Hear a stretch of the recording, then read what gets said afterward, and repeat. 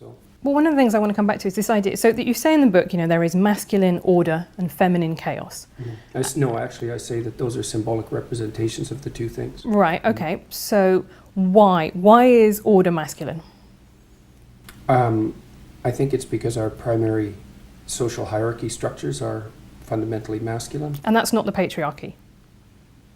Well, it's not the modern idea of the patriarchy, that's for sure. I mean, that's my idea of the patriarchy, which is a system of male dominance of society. Yeah, but that's not my sense of the patriarchy. So what's yours? Well, in what sense is our society male-dominated? The fact that the vast majority of wealth is owned by men, the vast majority of capital is owned by men. Women do more unpaid labour. Very tiny proportion of men, and a huge proportion of people who are seriously disaffected are men. Most people in prison are men. Most people who are on the street are men. Most victims of violent crime are men. Most people who commit suicide are men.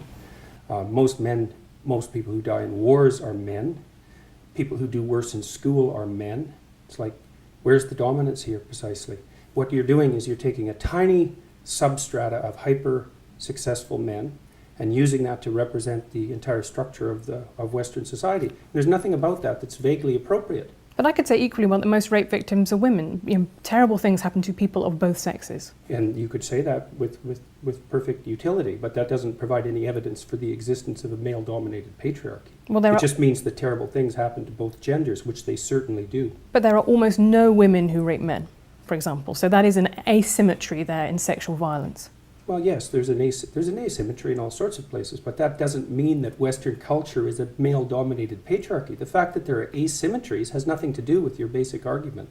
No, but you might This is a trope that people just accept. Western society is a male-dominated patriarchy. It's like, no, it's not. That's not true.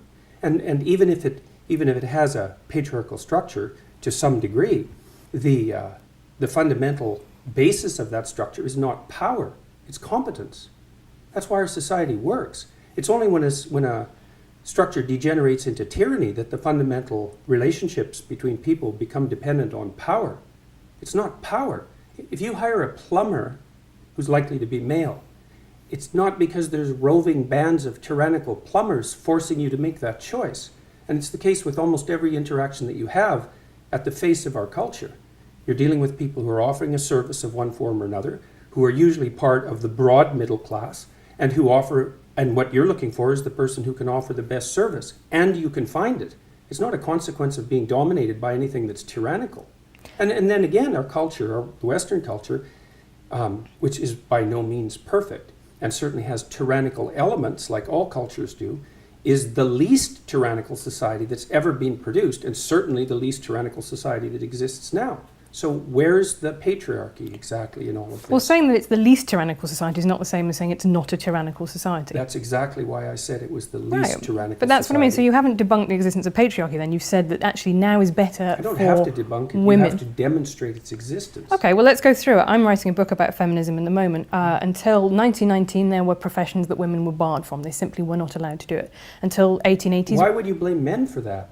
Because who was in those professions, who was guarding entry to those professions, who was worried about losing their status if women became doctors? What do you think it was that emancipated women in the 20th century, just out of curiosity? Well, a couple of different things. I think it was technology. I think it was the pill helped enormously because it gave people... When was that developed? Well, in the 60s. Right, so that wasn't 1919. No, but I also think it was a series of legal changes that started in Britain with the Married Women's Property Act, which said for the first time women are full legal beings under the law. They can own property. And that, to me, is a structure that has continued throughout, from a time when women didn't have the same legal rights as men to now when they mostly do, but culture still lags behind it. I don't think you and I are necessarily talking at such cross purposes. It's just that your conception of patriarchy, as I see it in the book, is that quite a lot of men are quite nice and they do nice things for women. And no, that's not my conception of patriarchy. And I don't require men or advise them to be nice, ever. Well, you do talk about the guy who's the tampon king, the sanitary towel king of India, right? I wouldn't call that nice. Okay, I would call that brave. Okay. Did you read about his life when he was trying to develop that? Yeah. God, it was absolutely miserable, and he did it anyways. And he freed all sorts of women as a consequence. And I think that was nice. That's courageous. That's noble. That's visionary. It's not nice. I think it is also nice. I think it is also something that is, it is honouring your social obligations. I'm not so sure that that's a social obligation, because many other people would have done it had it been a social obligation. He said what he was concerned about. He saw that his wife was suffering with her monthly period and had to choose between feeding her family and taking care of herself properly, and chose to feed her family and thought he would do something about that. That goes way past nice, especially given what he had to suffer through to do all the experimentation that produced his eventual technology. So this whole patriarchy thing, I think you have no idea how pernicious and dangerous it is. Well, no, I don't. I really don't. Go on. Throughout history have fundamentally cooperated to push back against the absolute catastrophe of existence.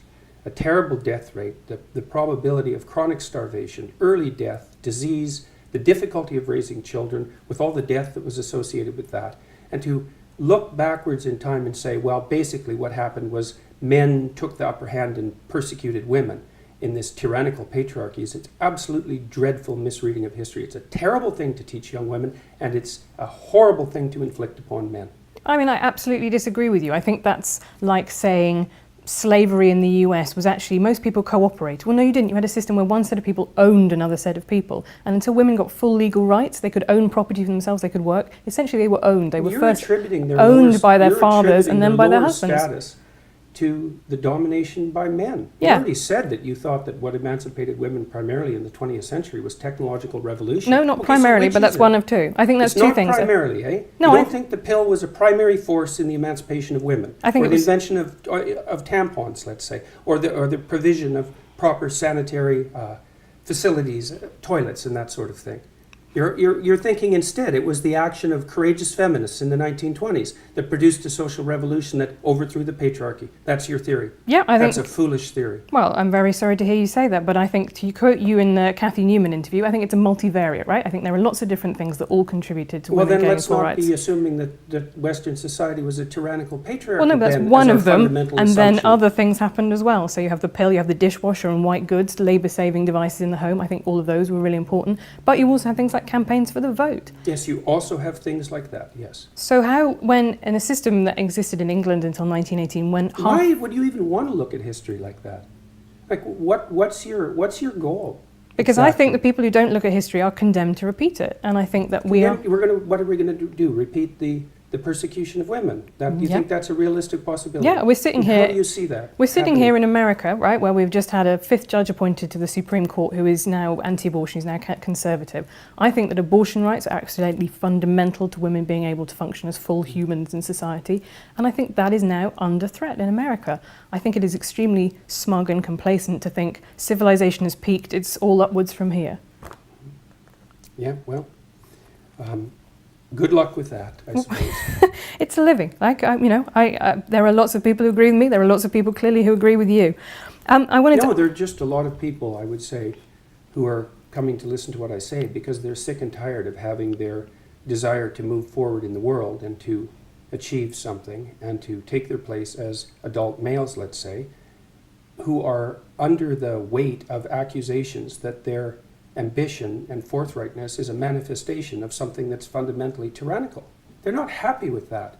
It's not doing anyone any good, and it's also not true. It's really a terrible thing to do to young men, and it's happening all the time. That's why they're bailing out of universities like mad. There won't be a man left in the social sciences in 10 years in the universities, and it's no bloody wonder. It's an unhospitable place, and it's unhospitable precisely because of this doctrine. Said that throughout history, the fundamental relationship between men and women was one of power, essentially slavery. It's like, fine, believe it if you want. It's not going to do your relationships any good, I can tell you that.